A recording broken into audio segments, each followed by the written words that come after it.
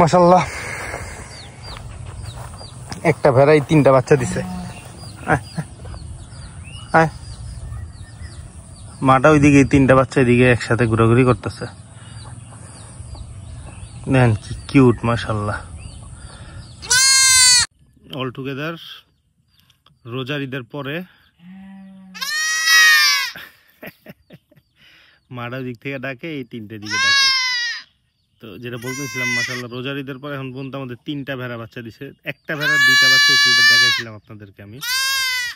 আর এখন আইসা আরো আপনার হচ্ছে 2টা ভেড়া আরো 5টা বাচ্চা দিছে। তো অল টুগেদার 3টা ভেড়া 7টা বাচ্চা দিছে। তো আরো কিছু বাচ্চা ইনশাআল্লাহ আমরা পাবো। আরো কয়েকটা প্রেগনেন্ট ভেড়া আছে আমাদের কাছে এখন। এই যে দেখেন মা ভেড়াটা এই যে চিল্লাচিল্লি করতে করতে আসছে। এই যে দেখেন মাশাআল্লাহ মানে কি সুন্দর সিন। বাচ্চাগুলো এখানে চিল্লাচ্ছে, মাটা দৌড়ে আসছে এটার কাছে, আর এগুলো দৌড়ে দৌড়ে এটার কাছে যাচ্ছে। এই ভেড়াটা আমাদের সবচেয়ে পুরানো ভেড়া মাশাআল্লাহ, অনেক পুরানো। আমাদের কাছে এটার বয়স প্রায় 3-3.5 বছরের উপরে। এটা মনে হয় 5th or 6th টাইম আমাদের এখানে এবার বাচ্চা দিল। কি সুন্দর সম্পর্ক মার সাথে, দেখেন অদ্ভুত সৃষ্টি আল্লাহর প্রাণী জগৎ। আপনি একটা ভেড়া যদি একটা বাচ্চা যদি কোনোভাবে খালি কোলে নিতে পারেন, মাটা যে কি করবে মানে এই ভেড়াগুলার রাতে যখন ঢুকায় এগুলা দেখা যায় যে এখানে ওখানে হাঁটাহাঁটি করে, ঘোরাঘুরি করে। আমরা অনেক সময় দেখা যায় যে ওই যারা আছে কাজ করে ওরা করে কি এগুলারে আপনি দেন 3টা ভেড়া কেমনে খাবে দুধ, ভেড়ার ওলান হচ্ছে 2টা।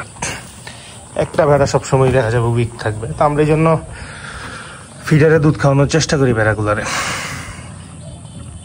এই বৃষ্টি মিলে কাদা টাদা লাগে, কি হয়েছে শরীরটার। তো যেটা বলতেছিলাম যে একটা ভেড়া যদি আপনি কোলে নিতে পারেন, মাটা যে কি অস্থির হয়ে যায়, কি যে করে, মানে আপনার ওরা মনে হয় যে একদম পুরো পাগল হয়ে যায় এমন অবস্থা আর কি।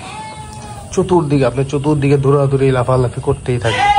এদের 2টা পাচ্ছে, একটা মনে করতেছে সে পাচ্ছে, বাট সে আসলে পাচ্ছে না। এই সত্য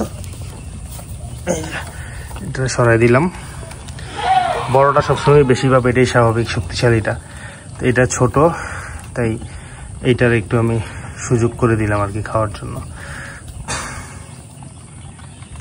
তো মাশাআল্লাহ এই ভেড়াটার আমাদের আলহামদুলিল্লাহ কখনো দুধেরও কোনো সমস্যা হয় নাই আলহামদুলিল্লাহ। এখন পর্যন্ত আমরা এটা থেকে পর্যাপ্ত দুধও পাইছি।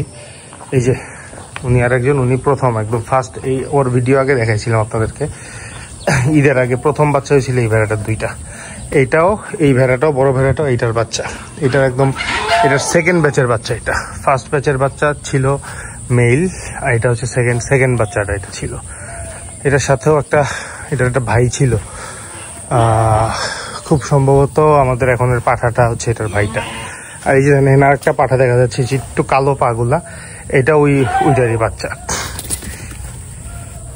এটা প্রেগনেন্ট, এই 2টাই প্রেগনেন্ট।